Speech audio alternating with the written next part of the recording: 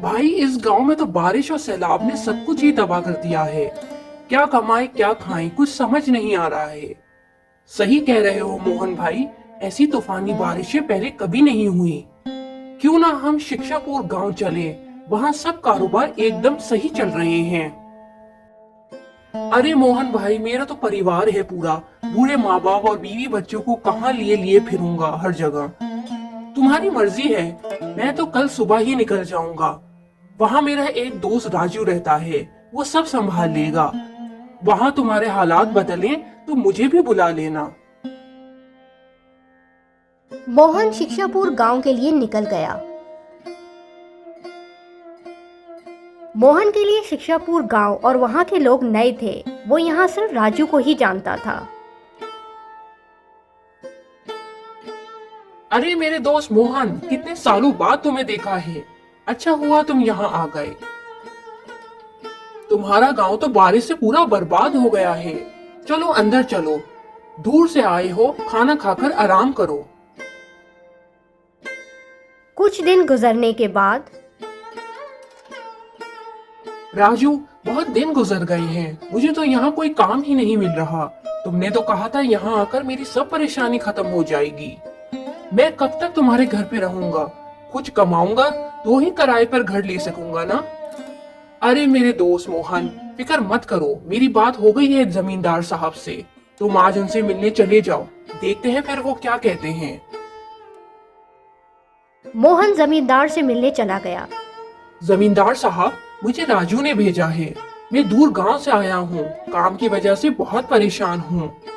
क्या आप मुझे कोई काम दे सकते हैं? मोहन, वैसे तो जमीनों पर सब काम कर ही रहे हैं, पर राजू बता रहा था कि तुम बहुत अच्छी ताजी मछलियां पकड़ लेते हो।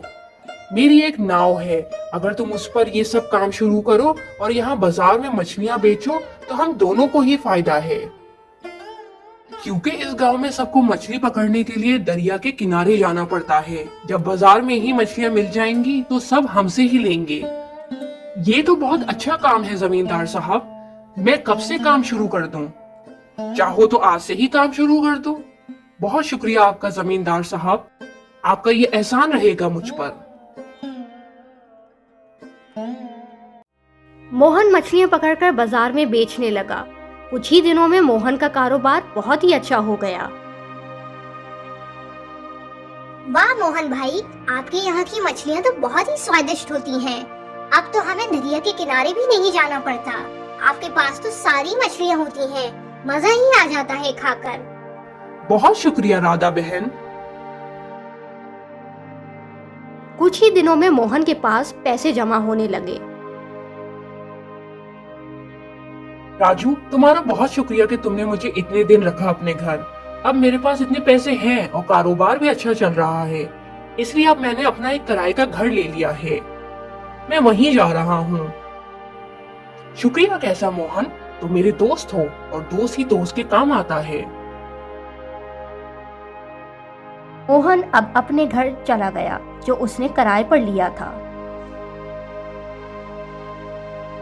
जमींदार भी मोहन के काम से बहुत ही खुश था। मोहन, तुमने तो कमाल ही कर दिया है। इतना अच्छा कारोबार जमा लिया है, वो भी इतने कम समय में।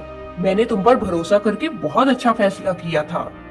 बहुत शुक्रिया आपका जमींदार साहब, ये सब आपकी वजह से मुमकिन हुआ है, वरना मैं तो ऐसे ही बेकार बैठा था। कुछ महीने ऐसे ही गुजर गए और मोहन और मेहनत करके कमाता रहा। एक दिन मोहन ने सोचा कि वो भी आज रात के खाने में मछली खाएगा। घर आकर जैसे ही मोहन ने मछली काटी तो उसमें से सोने का सिक्का निकला। अरे, ये सोने का सिक्का? मोहन जैसे हैरान ही हो गया। इस सोने के सिक्के को बेचकर तो मैं गांव में अपना घर बना सकता हूँ और सारे गांव वालों की मुश्किल आसान कर सकता हूँ। ये तो जैसे चमत्कार ही हो गया। अगले दिन मोहन राजू से मिला। अरे मोहन भाई, बहुत दिन बाद मिले हो, कैसे हो? पूरे गांव में तुम्हारी मछलियों की धूम है। अरे मेरे भाई, वो सब तो ठीक है, लेकिन कल तो एक चमत्कार ही हो गया। मुझे मछली के अंदर से सोने का सिक्का मिला। सोने का सिक्का देखकर राजू भी हैरान रह गया। वाकई ये तो कोई जादुई मछली थी। राजू, ये सोने का सिक्का तुम रख लो।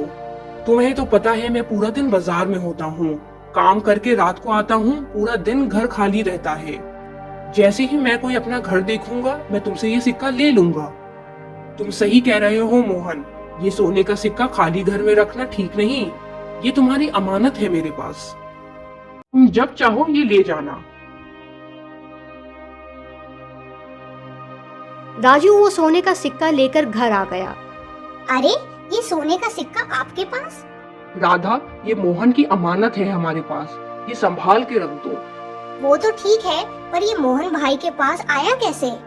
राजू ने राधा को सब बताया कि कैसे मोहन को ये सोने का सिक्का मछली के अंदर से मिला। ऐसा तो मैंने जिंदगी में पहली बार सुना और देखा है। मोहन भाई तो रातों रात अमीर हो गए, लेकिन उन्होंने ये हमें क्यों दे दिया? इसीलिए क्योंकि मोहन पूरा दिन बाजार में होता है, रात को आता है, पूरा दिन घर खाली होता है। वो जल्द ये बेचकर अपना खुद का घर ले लेगा। चलो अब तुम बातें बंद करो और इसे रख दो संभाल के।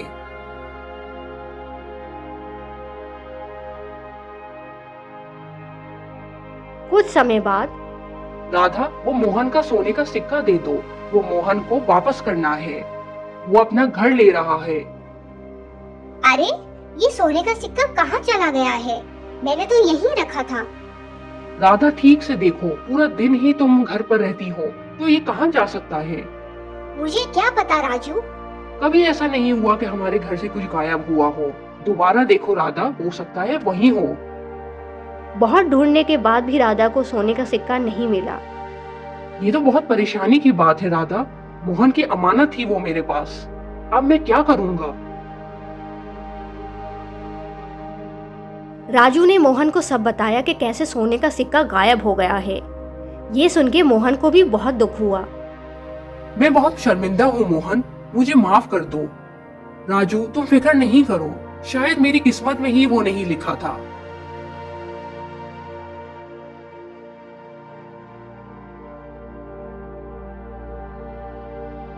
कुछ समय बाद राजू मोहन के पास आया। मोहन, अगर तुम्हारे पास समय है थोड़ा तो मेरे साथ चलो भाई।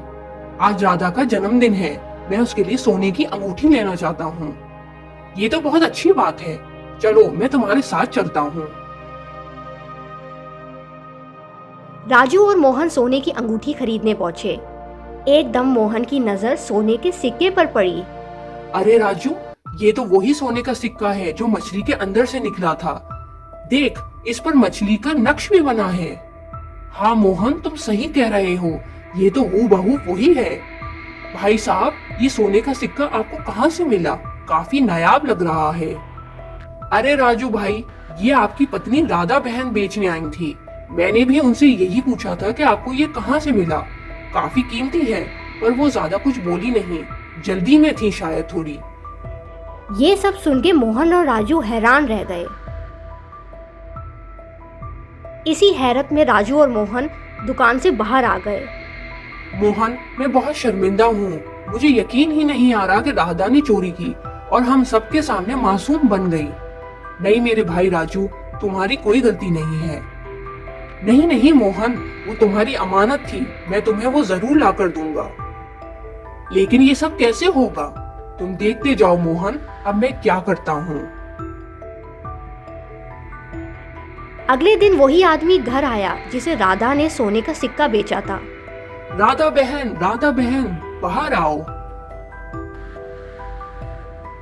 अरे शमशेर भाई, क्या हो गया है? दरवाजा ही तोड़ दोगे क्या? इतनी सुबह सुबह आए हो, सब ठीक है ना? राधा बहन, जो तुम सोने का सिक्का बेचकर आई थी वो नकली है। तुमने मुझे बेवकूफ बनाया है। अब मुझे मेरे पैसे वापस दो और अपना सिक्का लो। ये कैसे हो सकता है? वो सिक्का नकली नहीं है, ऐसा हो ही नहीं सकता। मैं कोई पैसे वापस नहीं दूंगी। ठीक है, अगर तुम पैसे वापस नहीं दोगी राधा बहन, तो फिर मैं राजू भाई से बात करूंगा। ये सुन के राधा एकदम डर गई। अच्छा, मैं पैसे लाती हूँ। जैसे ही राधा पैसे लाई, वहाँ मोहन और राजू खड़े थे।